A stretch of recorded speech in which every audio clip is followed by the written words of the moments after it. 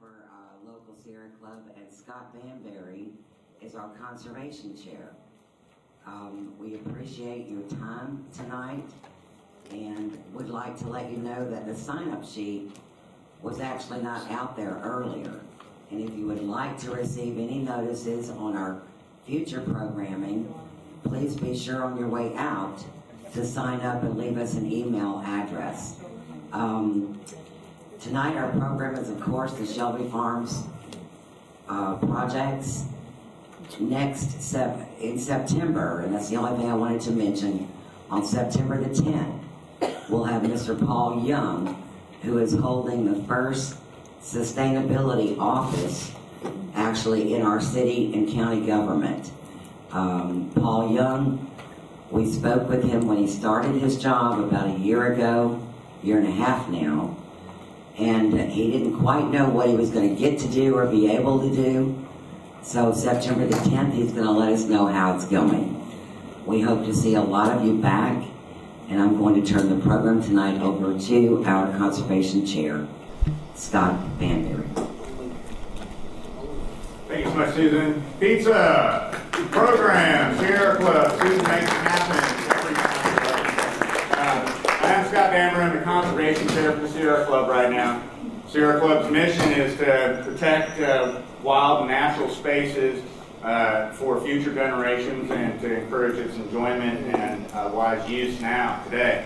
And our program tonight is about protecting a natural area, natural resources here in Shelby County. It's an issue that's been some 40 years, a little bit more in the making, and many of the people in this room have been involved since the get-go. I see faces that, I saw even 20 years ago when I first heard about the issue. Steve Sondheim's here. He just had an article, an op-ed and a commercial appeal about this, been involved all along. Vincent C.R. Mataro's here. I know he's been involved all along through the years. Art Wolf. Many of us actually grew up with this issue, and we're really excited to have this opportunity to get the public together and talk about what the next steps are in this, where this is now going.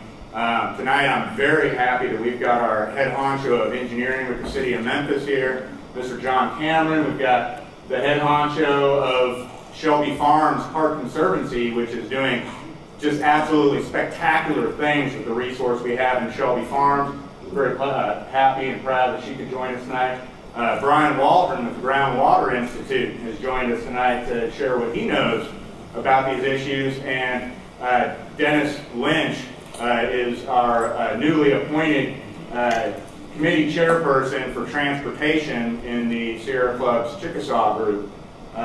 We're going to let everybody have a moment to kind of put their piece of the pie into the mix here, and then we're going to open it up for questions after that.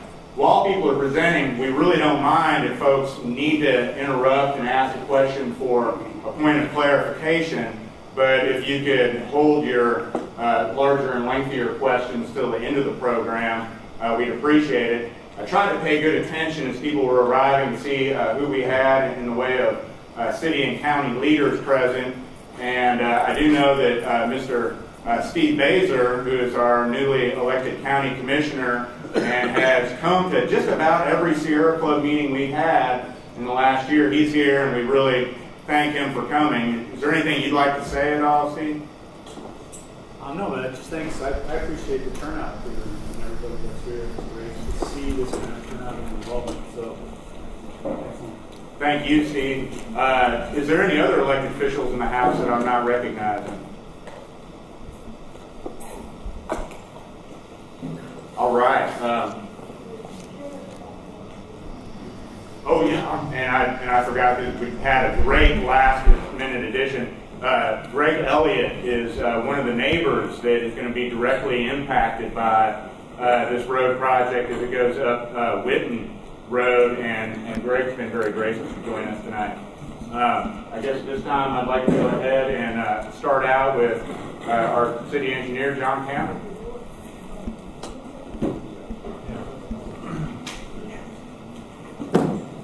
Thank you. The kind introduction is head honcho engineer. He asked me what my title was. I'm just kind of joking. I told him head honcho. seriously. Let's see if I can get.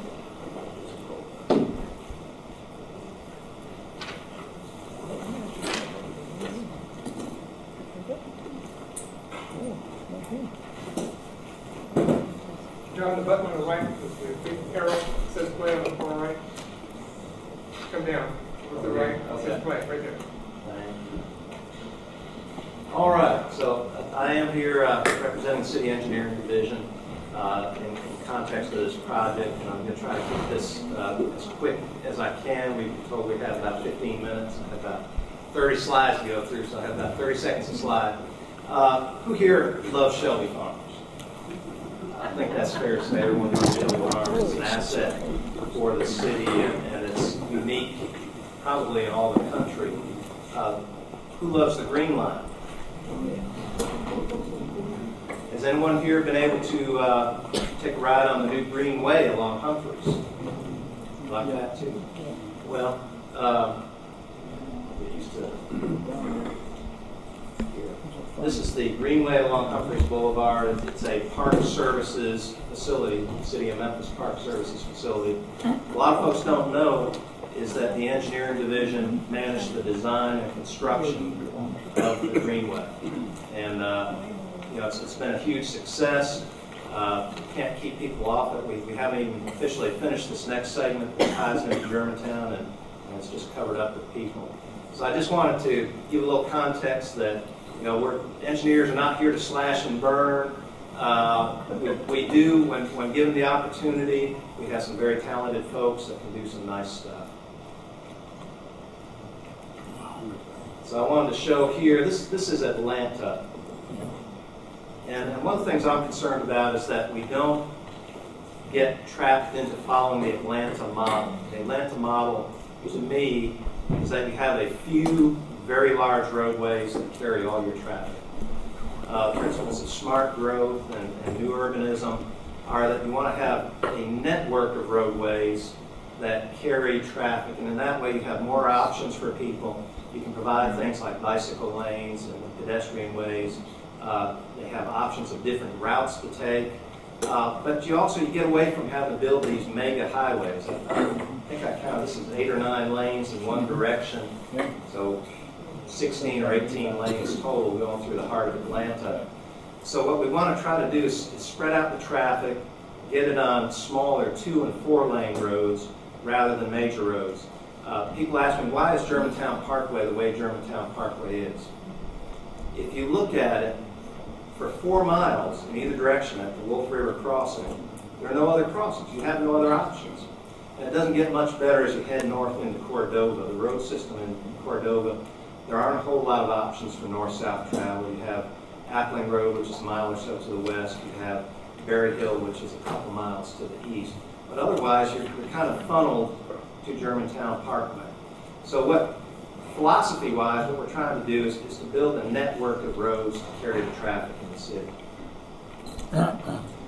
Shelby Farms, of course, is very large. It's about 4.5 miles end to end. I think it's close to 4 miles from I-240 to Germantown Parkway, which are the major north-south roads. You do have Farm Road. Yes, sir? If you bridge the Wolf River between Germantown and Hacks Cross, don't you think the load will come off Germantown? That would help. That would help. In the long term, like Riverdale or Forest Hill Irene yeah. is potentially in the long term, although the folks in Germantown are really not looking too favorably on that right now. But don't get choked if it happens. That option in the long term is still open at this point. So this just gives you an idea of the size of the farms and where it is geographically in town. I want to talk a little bit about development. Sorry. Can I please make a suggestion? If you have a question or comment after he's finished his presentation, would you mind standing to speak so that we can all hear you? Thank you. Thank you. I'm sorry, we'd also like to keep all the questions to the end. Write down your question, whatever. We don't want to limit anyone from asking a question, but if we stop for every question in the middle. We won't ever get through any of these presentations. And we do want you all to get the information that you need. So please just hold your questions till the right time. Thank you. So just as an example of a roadway network, I'm going to kind of follow Union Avenue as it turns into Walnut Road as we head east. And downtown, really the roadway network started developing before the era of the car. As the era of the car came along, you can see it starts to spread out as you get out towards Overland Park and to East Parkway. The spacing of the major north-south roads that can be traveled starts to spread out. But for the most part, the roads are 2 and 4 lanes in this downtown area. Moving to East Memphis, developed in the 1950s and 60s, you start spreading that out to about a mile spacing between the major north-south roads. So it's starting to spread out. And all these photos are about the same scale. All these maps are about the same scale. So then you come to Shelby Farms, and you can see we have that 4-mile gap in the street grid system. So what's happening is the traffic is having to go around either side of the farms. People who live off of Macon, north of the farms, who want to get south, are having to go either down Farm Road and down Humphreys if they can get through there during the peak hours, or move to Germantown or I-240. Just to give you an idea, overlaying the roads in East Memphis over the farms, this is kind of what it would look like. And at one time back in the 70s, there was actually a plan similar to this. I think they had Shady Grove, Kirby, and Riverdale crossing the river and going straight north through the farms. The farm would actually be chopped up into many pieces. And this is the more downtown type street network overlay now. So the farms is a multi-use area. It's dominated by the park and the conservation area, which is in blue. Also the Lucius Birch natural area, which is in green along the Wolf River. You have the Agri Center. You have Area 10 in the northwest. There, the gray colored, which is county managed area, which includes county maintenance facilities, but also some recreational facilities. The community gardens are over in that area.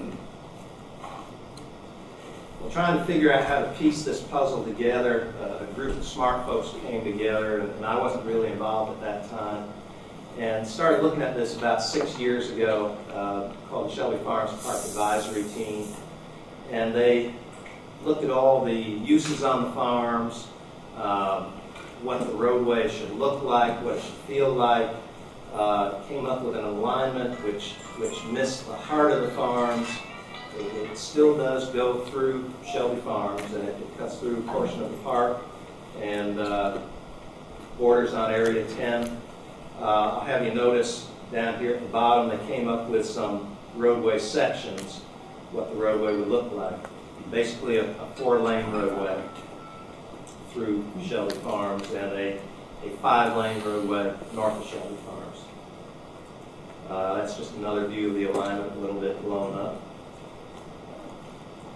So Shelby Farms itself, this is from a early version of the master plan, is broken up into many use areas, and kind of the point I wanted to make here was that there are divisions in uses within the farms, within the park itself, and so there are going to be some buffers between the proposed parkway. What's shown on this plan, I don't know if it's still accurate, Laura, is the bison range being along the parkway for most of the north-south axis. It'll be a more intensive recreational uses in Area 10. Think Mike Rose Soccer Complex, something like that. Something along those lines, I think is what you think. So I said I want you to look at, just keep in mind the sections that the advisory committee came up with. And we took those sections and we started looking at them as we're getting further into the planning process and started making a few revisions that I think are improvements. May not agree, or you may agree.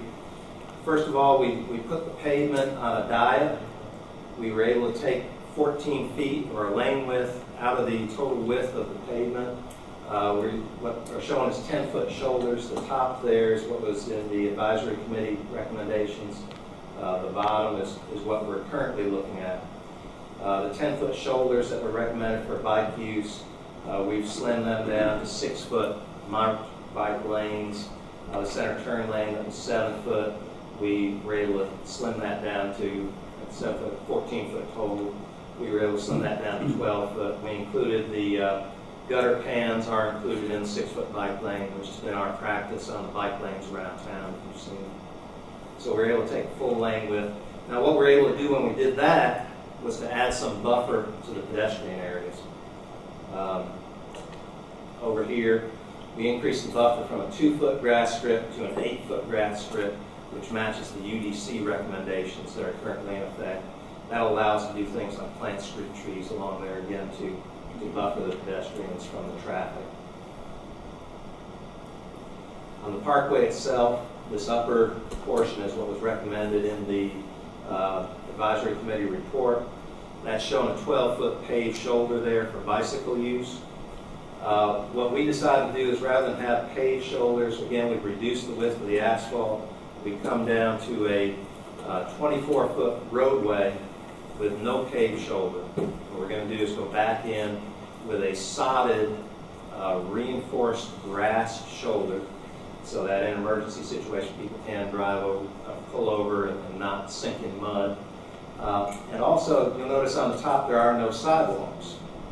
What we've included in the plan, instead of having the bike lanes on street, we've included a multi-use path adjacent to the roadway. It's 13-foot wide multi-use path, which is fairly wide. I think the green line itself is 10-foot wide, so this is 30% wider than the green line. Gives a little more space for people to get by each other, both on bikes and as pedestrians.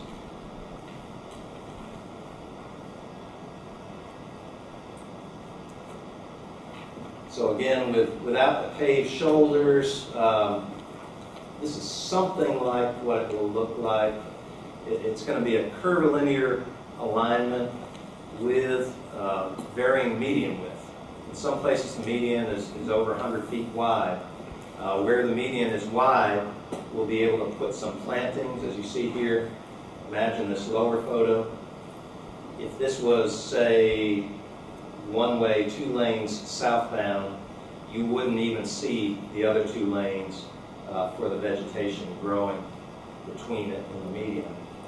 So curvilinear, meaning curves like you see here, which we think will help keep the speeds down. 24-foot width, no paved shoulder. So really think of this, take out the yellow line, put in a dashed white line.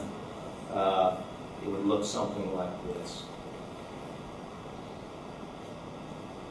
I mentioned the trails that we'll be adding. We've been coordinating with Shelby Farms on the trails, and what this shows is, and I'm afraid this slide's a little bit out of date, but the light green are the existing trails. Since this was made, this light green trail here, this trail now extends all the way down to the Wolf River Bridge. This brownish color here are the proposed trails within the farm's master plan. These dark green are what are going to be built as part of the Parkway project. And you'll be happy to know that ties on to the end of the Walnut Grove Bridge right there. So that trail will continue. We are putting grade-separated crossings. There will actually be an underpass in this area on the Parkway. There will be another underpass where existing farm road is now. We can go underneath. And just recently, with the completion of a new trail, we're adding an underpass on Walnut Grove in this location to get folks separated from traffic, make them able to cross Walnut Grove without having to fight traffic. There will be at-grade crossings at what will be the new park entrance off the Parkway, right here, and at-grade crossing up at Mullins Station. So multiple pedestrian and bike crossings, some of them grade separated so you don't even have to deal with the traffic. ahead of myself. One that crosses the Old Farm Road crossing is at one of the areas where you have the wide median. So actually, instead of doing one long tunnel, we'll have two shorter tunnels, underpasses, going under the roadway with a green space in the middle. And in that green space, we're going to put some water features. I'm not exactly sure how that's going to work out at this point because we haven't gotten that far in design, but there will be drainage moving down the median in that area, and we'll be putting in some water features there, perhaps some water or some bioswales or something along that line.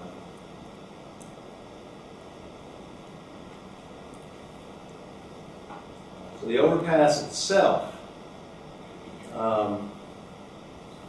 if not being an engineer is enough to get me run out of here, I've got to admit that I grew up in the Northeast. In the Northeast, they have a great tradition of parkways.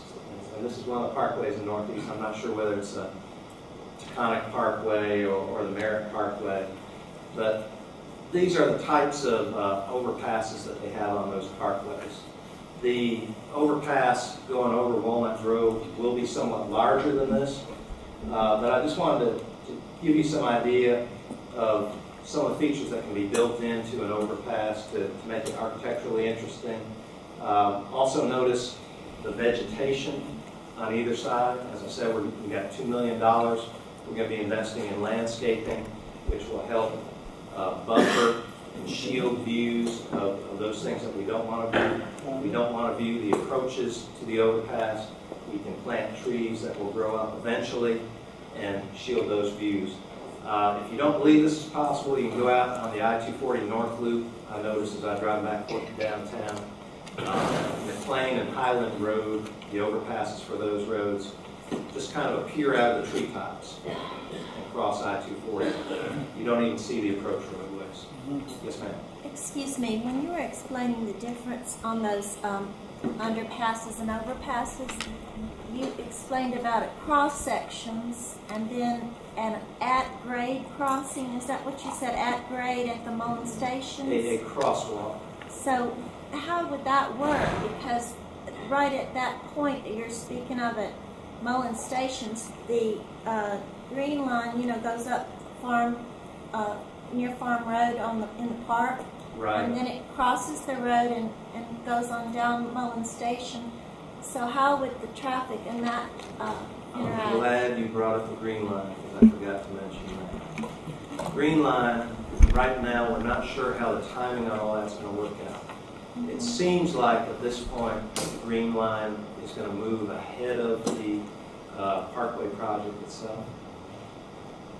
We have, at this point, designed into the Parkway project, we're going to cut through the railroad embankment and lower the Parkway as far as we can so that it will be possible to put another grade separator, a bridge for the green line over the Parkway. Yeah.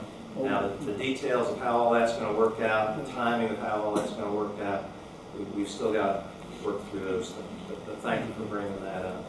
Well, I mean, just what you're saying, I don't understand how either the cars or the people that are on that path would get, because right now it's already a little bit dicey at that section when you're just driving the normal rate of speed and stopping at the little corner there. Right. So there will be, we're anticipating there's going to be a traffic signal at Mullen Station and the Parkway. So it's a parkway with a traffic light, like a road. Okay, thank you. So this is one of the, like I say, skipping ahead. Here are a couple other examples of overpasses along parkways in the Northeast. We're kind of looking at an Art Deco theme. If you look at the old entrances to the farms, they have kind of an Art Deco look to them. So this is one concept that our landscape architect has come up with. And I got to say, we have a great team. We have an engineering team here locally in Memphis, SSR engineers. We have Hawkins and Associates out of Nashville providing landscape architecture assistance to us. And this is a concept they've come up with, looking at the farms and taking elements from the farms the horizontal lines from the horizons, the vertical lines from grass, looking at the wildlife. I don't know if you can see the hawk here echoed right there. So they're taking inspiration from the farms. I don't know if this is exactly what we'll end up with, but these are the types of things we're looking at. We can make this overpass something a little more visually interesting than just a standard T-dot highway overpass. And again, I want you to remember the vegetation. We'll probably be doing plantings here at either end of the bridge just to soften that and perhaps even hide it completely.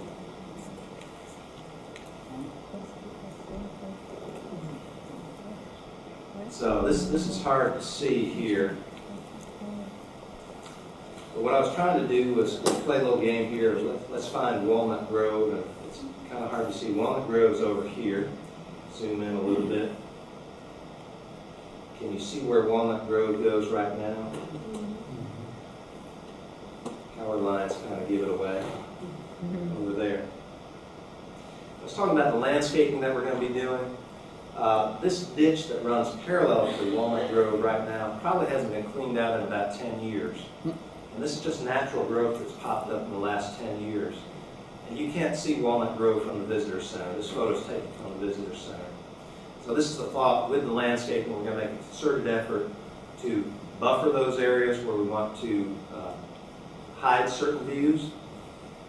We may want to provide viewscapes in certain areas for people driving the parkway to look into the park, get interested in the park, have a reason to come into the park. So all that will be worked out in the landscaping plan. Here's what is in the environmental document, shows some of what we're planning to do. This is not final, this is planning level again at this point. The dark green being tree plantings, try to shield some of those views. So there are impacts. There are impacts we need to talk about. And I'm sure you all are interested in. One of them being the floodplain. And I'll show you a little bit later where the alignment falls on the floodplain. This is the National Flood Insurance Map, which designates the floodplain and something called the floodway. The gray is the floodplain. That's the overbank area that on a 100-year event, an event that has a 1 in 100 chance of occurring in a given year, will flood. And that overbank area provides storage for the flood.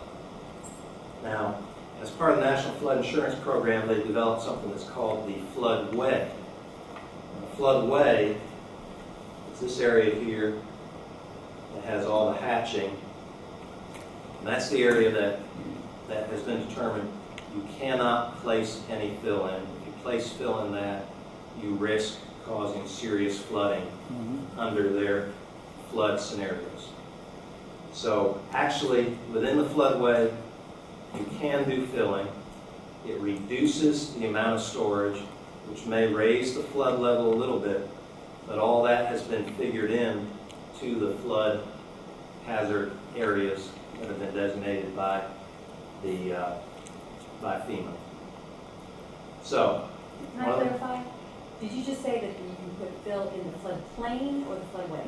Floodplain. Yeah, you said floodplain. Did I say floodway? I'm sorry. Right. Floodway, you cannot place fill in. So it gets a little bit esoteric, but the project itself, and I'll show you an alignment here in a minute, but it comes somewhere through this area.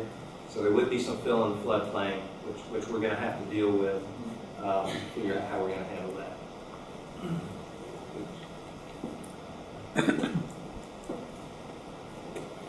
The aquifer. Yes, sir. A year ago, May, how much of that area got flooded when Wolf River went up? Because the CBHS field was flooded and all that.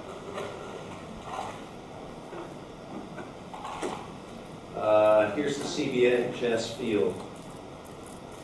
You see it's shown as flooding, even back into the Baptist Hospital parking lots. So pretty much it was close to a 100-year flood that occurred last year, and that's... 50-year flood. Yes, ma'am. But it was somewhere in that vicinity. And the difference hydrology-wise between a 50-year flood and a 100-year flood is smaller than you would think. It's not double the size. It's a small increment. So it was a large flood, and we saw flooding where we would expect to see flooding according to the flood maps. John? Okay, I'm just about finished here. I wanted to touch on the aquifer issues that come to light. We looked at the report that has been produced by Groundwater Institute for MLGW. We're going to be taking measures as we move forward to mitigate any potential hazards to the groundwater. This is the overall view showing, it doesn't show the aquifer, but it shows wetlands that will potentially be impacted. That's the orange. And here's where the floodplain limits are. So it comes across the floodplain here. And again, you know, we can think about improving our roadway network in town, or we can continue to add lanes to I-240 and Germantown Parkway. I didn't want to leave on that photo, so I'll leave on this one.